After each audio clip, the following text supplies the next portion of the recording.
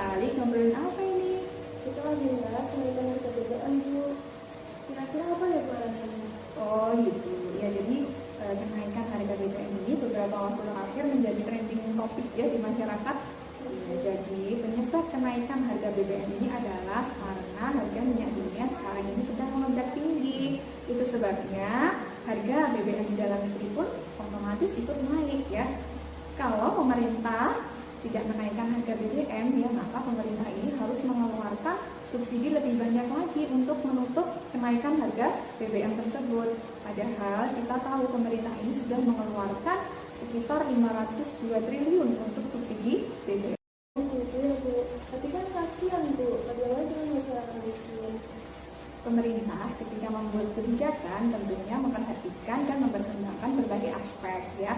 Jadi ketika harga BBM ini naik ya, maka pemerintah memunculkan satu kebijakan lagi, yaitu mengalihkan subsidi tersebut berupa bantuan tunai yang diberikan kepada masyarakat miskin.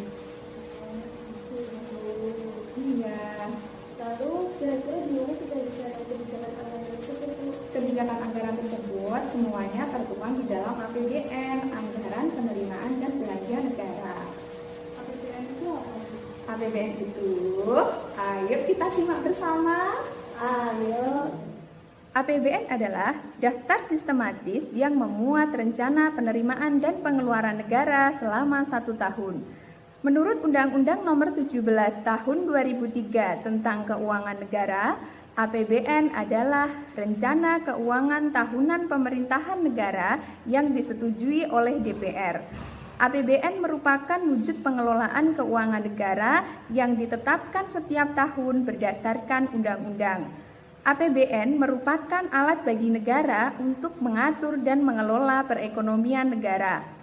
Pengelolaan tersebut dimaksudkan untuk menjadikan negara Indonesia yang sehat, adil, makmur, dan sejahtera. APBN terdiri dari anggaran penerimaan, anggaran pengeluaran, dan anggaran pembiayaan. Fungsi APBN terdiri dari fungsi otorisasi, fungsi perencanaan, fungsi pengawasan, fungsi distribusi, dan fungsi stabilisasi. Fungsi otorisasi bahwa anggaran menjadi dasar untuk melaksanakan pendapatan dan belanja pada tahun yang bersangkutan. Fungsi perencanaan bahwa anggaran negara menjadi pedoman bagi manajemen dalam merencanakan kegiatan pada tahun yang bersangkutan. Fungsi pengawasan anggaran menjadi pedoman untuk menilai apakah kegiatan penyelenggaraan pemerintah negara sesuai dengan ketentuan yang telah ditetapkan. Fungsi alokasi, anggaran negara diarahkan untuk mengurangi pengangguran dan pemborosan sumber daya, serta meningkatkan efisiensi dan efektivitas perekonomian.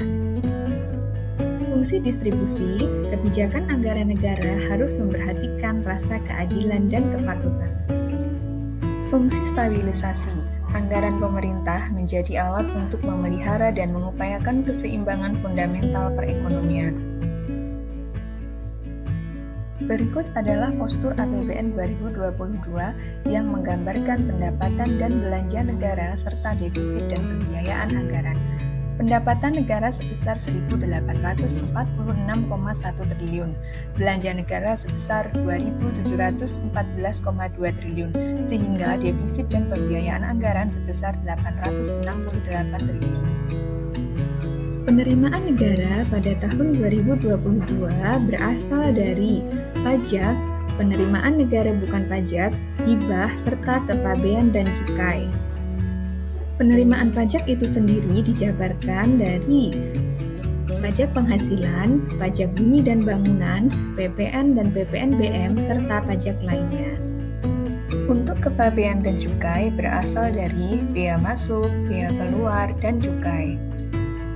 Penerimaan negara bukan pajak berasal dari sumber daya alam migas, sumber daya alam non-migas, badan layanan umum, kekayaan negara yang dipisahkan, serta penerimaan bukan pajak lainnya.